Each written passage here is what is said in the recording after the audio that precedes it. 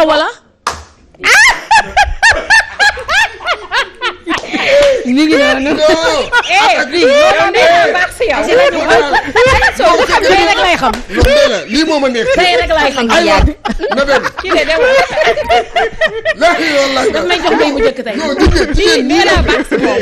jigéen ñëpp yéen ñëpp loolu ngeen. nii lañ war a mel waaw. ngeen di taxaw ak seen gars yi ñu ne yow est-ce que yow. moom nga wala moom wala wala léegi ñu dem de ma ne ko buñ ko defee noonu de léegi ñu dem. Salma kontaan rek comme c'est un plaisir ambiance bi mooy am petit déj comme tous les jours dañuy am mbégte nag ak contentement chaque jour di dalal ay ndaanaan ñi nga xam ne dañoo nekk ci li nga xam ne mooy ci réew mi di def lu baax di wax lu baax nekkal fii nag ñi nga xam ne ñooy askanu sunu gaal Ndella Madior Diouf nekk personnage public nekk it personnage politique mu doon loo xam ne sax askan wi ñëpp kenn dootu ko présenté te ci réew mi waaye mu yëngu ci wàllum politique ndax xam na ni raafal nga simal élection yi nga xam ne fa la ñu nekk ñu gis nga jël seen coalition wàllu ànd ak ñi nga xam ne mooy yeewi askan bi maanaam yeewi dañoo ñëw wàllu si waa wàllu loolu naka nga ko jàngatee buñ paree waaw loolu docteur Dieng bu mu amee problème fële Pikine te mi ngi koy xeex ba léegi ndax résultat yi génnagul Mame Diarra Fam moo dem seeti ku ñu naan Ousmane Sonko Pastef te bokk ci coalition Yewwi parce que gars yi dañuy def différence entre Pastef ak Yewwi Yewwi c'est une coalition de coalition une coalition de coalition donc su ko defee waa Yewwi ñëw nag ñu dalal leen fële Pikine mu nekk lu rafet waaw mu nekk lu rafet ñoom ñëpp ñu ñëw ñu dalal leen vraiment ñu dooleel ñu ci xeex bi docteur Dieng nag ak te loolu moo continuer fële Pikine ndax démb rek maa ngi yendoog Mame Diarra Fam sama kër mu ne ma li ñu song li ñu initié keroog moom li ñuy continuer kon ça veut dire que Yewwi ak wàllu mburoog soow la ñu fële sa Pikine li des nag mooy primeur bi mu leen di jox tey mooy bu Macky Sall tànnee Mimi Touré dénk ko parrainage yi defe naa mooy à la une tey seen Walf ba xam ne caaxaan jeex na léegi jóg jot na comment ça waaw jóg jot na ci naka ndax da leen bàyyi woon daanu jëlaat leen démb ci conférence de presse gis nga fa Aly Ngouille Ndiaye gis nga fa ñëpp c'est vrai.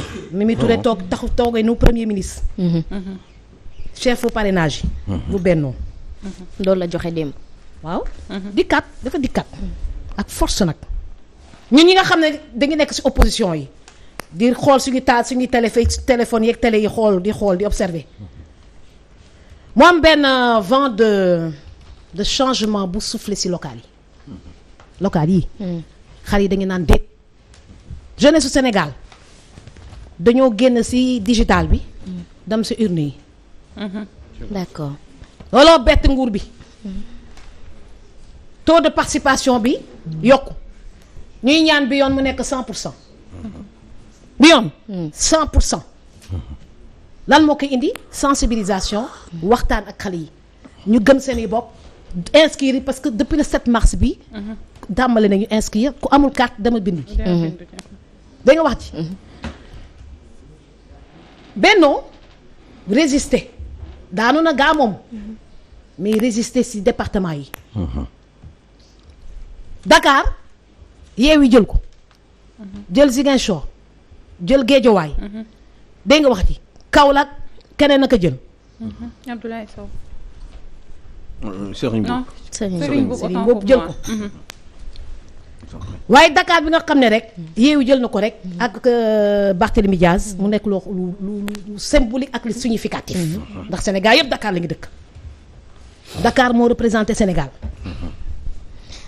bàyyi rek ma daaneel ci lancement bi may nekk nii waaw parce que daf ni nga duggee moo tax ma lay tontoo nii d'accord ma ne Yewwi ak wàllu bàyyi ma tontu waaw kon Yewwi force est de constater que 700 000 voix yu mu am ci élection yii ku ko xeeb daanu waaye ku ci naagu daagu Yewwi su naagoo daanu su naagoo daanu su dëgëree taxaw d'accord kon man maa ngi jiite sama propre coalition.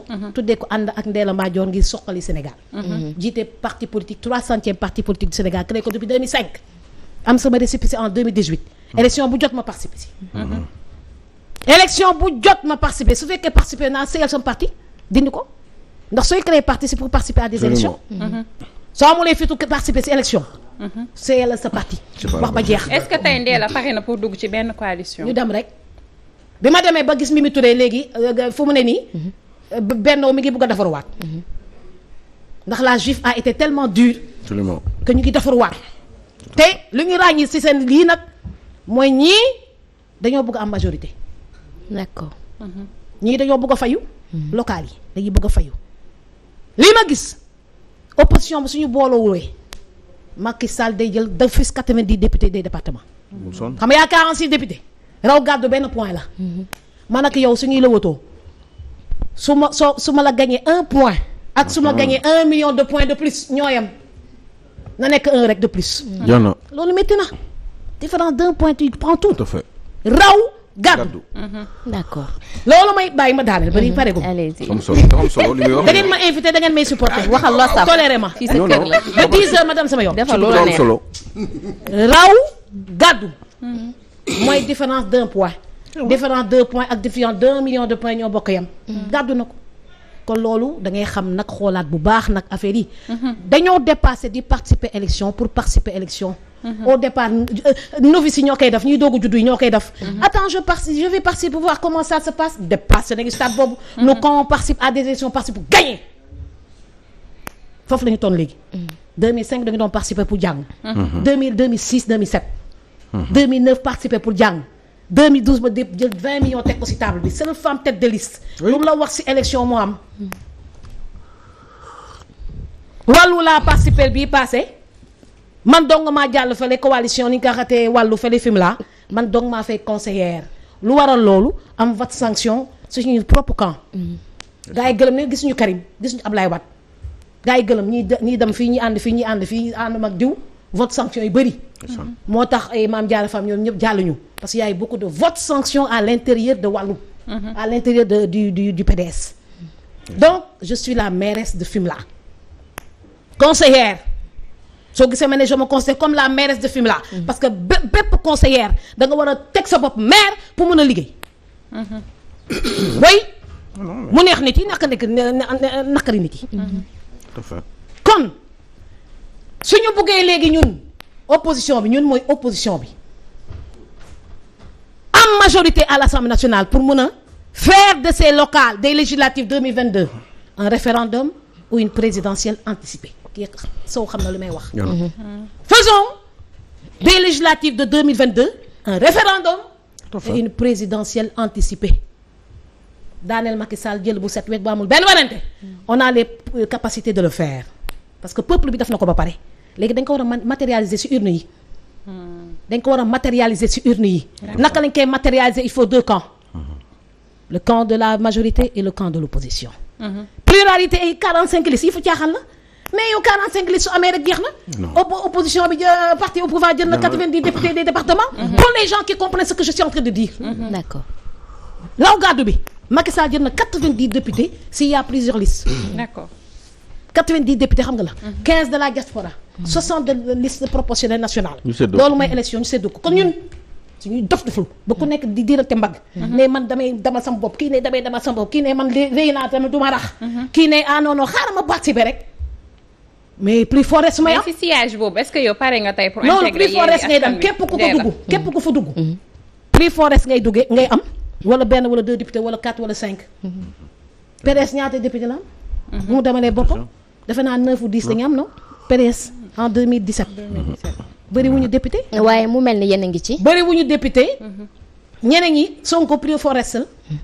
sa kii fii forest la. moo jóg de Croix entre autres. de Croix plus forest la Aïda Mbodj plus forest la. ñoo ngay dégg ñuy wax ñëpp ñoom Mamadou Lamine Diallo ñoo ñëpp ay plus forest la. amuñu sa quotient bi ñu permettre nga am benn député. est-ce que mënuñu expliquer Sénégal la mooy plus forest. allez-y.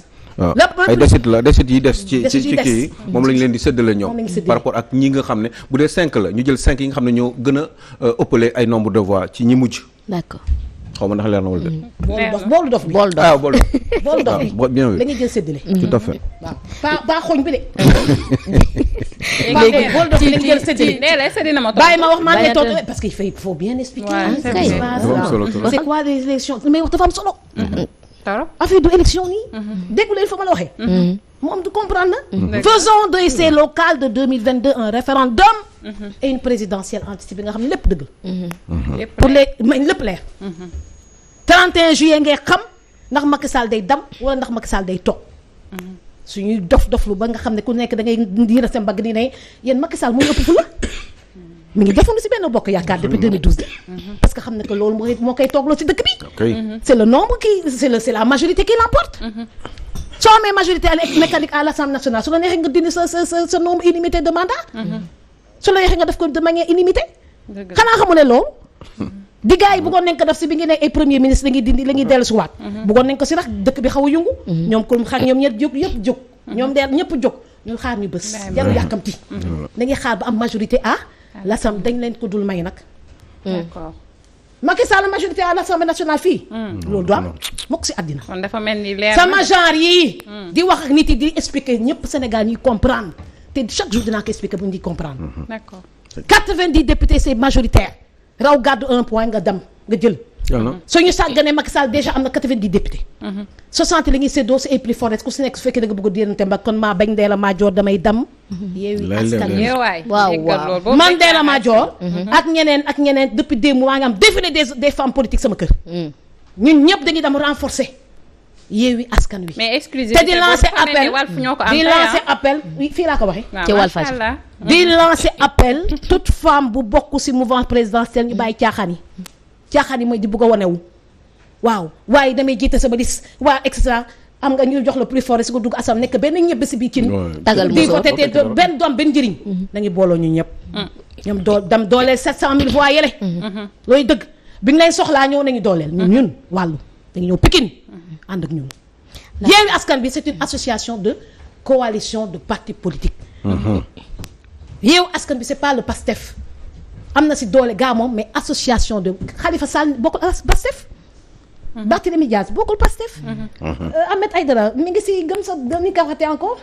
Guédiawaye gëm sa bopp bokkoon na si après mu génn teel a génn. kon ñëpp ñu génn. dina leen démarcher pour ñu bàyyi seen folie bi. parce qu'ils n'ont rien compris c'est pourquoi ils sont sortis. donc on va les sensibiliser pour renverser leur camp pour mu am benn liste unique de l'opposition. nit yi dina métti. mais ku duggal seen bopp nekk yow soo defee lii falu soo ko defalee ñu xam ne yow soit tu es un saboteur. wala dofu. d'accord ma bàyyi la ak moom nga dugg ñu dugg ci Adji Sarr dafa waar si sax mënul ñàkk en tant que femme dee la du toog fii dafa waar si sax la répercussion xam nga ni la fin je viens de dire ci comme ci weeru mars la ñu nekk te sax nag mi ngi wax ci comme nee na exclusivité bi fii la ko joxee ñu gis nag ndaje bi nga tase woon ak Ousmane Sonko mu mel ni Ousmane dalaa ragal dafa xof ndax au lieu mu jaar gauche droite la jaar jongama bee ko daal la jaaree gauche ak droite maanaam bi mu ñëwee si ndaje bi ngeen tase woon moom xam nga yaa ngi woon ci ginnaaw yaa ngi woon ci ginnaaw mais moom bi mu ñëwee bi mu ñëwee comme nañuy def rek am na ñoo xam ne dañuy nuyu ñëpp mais moom dafa ñëw toog bi muy jël parole la nuyu ñëpp comme contrairement ak ñenn ñi kon foofu est-ce que yaakaarul woon dafa da ngay indi scandale wala coow ma doon daw rek xam nga man gars yi day riir bi dafa bëri si Ndella Madior te man en région quand je fais mon émission je fais mon show après su ma pare naa nekk Ndella simple mi ngi noonu waaw ci ba tey ay mbiram lañuy des émission warul lewet waaw loolu am na solo émission du lewet ci weeru soo waree yéegal da ngay yéegal soo waree seddal nga seddal. dégg nga wax dañuy yéeg Salma ndax comme ci mois de mars la ñu nekk di la sargalaat encore une fois jigéen nga boo xam ne bu amal njëriñ sa réew nga waaye ñu gis lenn loo xam ne dañ ko nemmeeku ci mars comme ni ñu wax ci suba ñoom mars ñu ngi koy wax viol dañ ko criminaliser naka nga jàngatee viol ci réew mi te it nag am loo xam ne moo tënk sax jamono ji actualité muy diggante Adji Sarr ak Ousmane Sonko.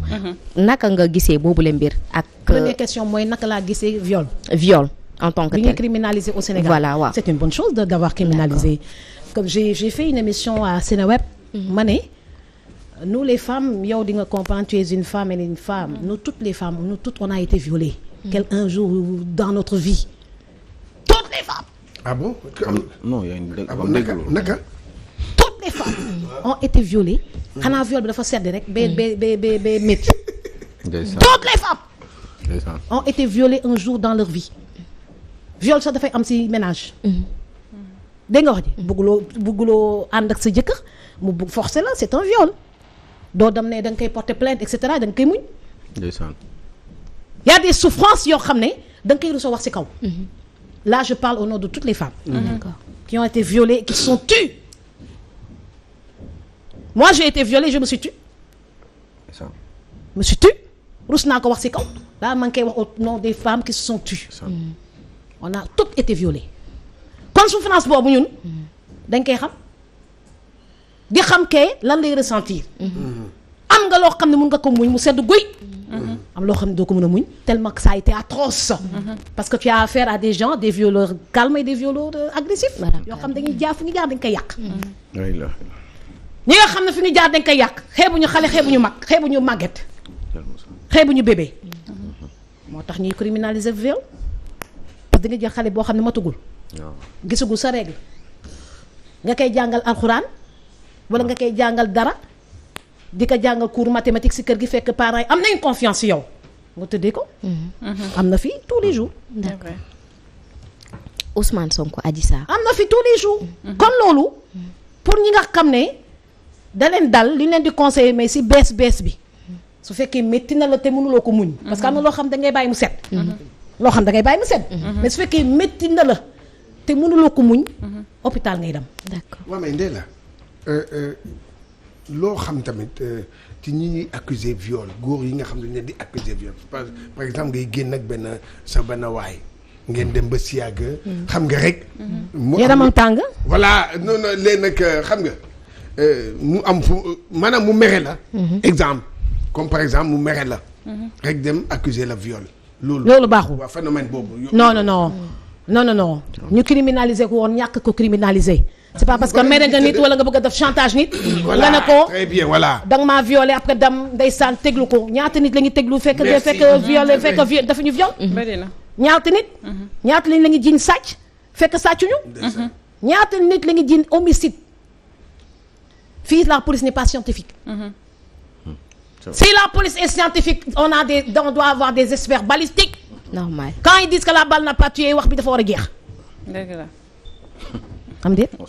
dëgg la de. expert balistique. su ne bal bi reyul procès ba jeex na. wala du expert boobu. expert balistique. di ngeen seetaan les experts ay manatan ak yooyu. ci télévision yi. voilà amul Sénégal.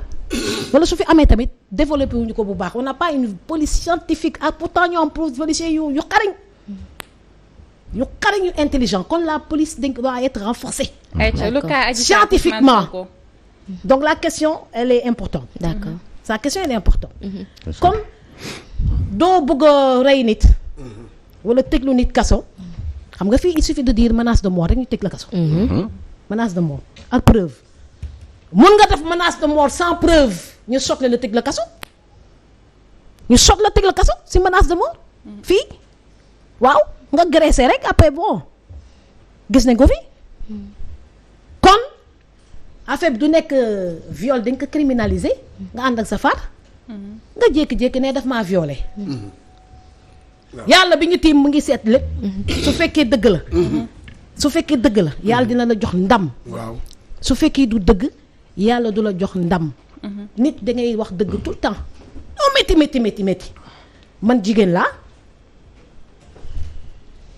ku ma violé man su ma ko mënee muñ damay bàyyi mu seet parce que dama ko yërëm su ma ko mënulee muñ dinaa dem ñu def constat bi à l'hôpital dem porter plainte au tribunal à la gendarmerie après à dossier bi dem tribunal parce que doo indi ay dossiers yoo xam ne amul benn preuve si tu n'as pas de preuve tu te tais à jamais si tu as des preuves nag tu l'exhibes c'est tout et tu te défends balaa ngay dem tribunal day fekk nga am preuve formelle soo tëddee rek nelaw parce que di nga xam ne yow mii dañ laa violé te que viol bi punition bi mooy yàq àddina nit nu mu yàqee sa àddina bu mu lay violé parce que c'est un traumatisme à vie bu lay suivre chez la femme donc il faut faire attention si sooy tuumal waaw ku la violé nag te mu dëgg da la violé.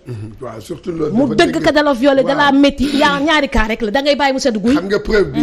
wala nga dem ba jeex. nee la xam nga yow médecin. ak ses preuves. médecin xam nga preuve bi yow médecin nga xam nga ne que preuve bi ñuy wut ci viol. d'accord examen waaw waxtu waa ñi point comme ci li mu wax rek ci divorce bi mën nañu comme mbirum Ousmane Sonko Adji Sarr viol bi comme wax nga ko léegi viol ñu violé la. Moi j'ai jamais parlé de viol dans cette histoire j'ai toujours dit que c'était une histoire d'amour qui a mal tourné man loolu laa mos a wax quoi donc invité ngeen ma fii si kaw.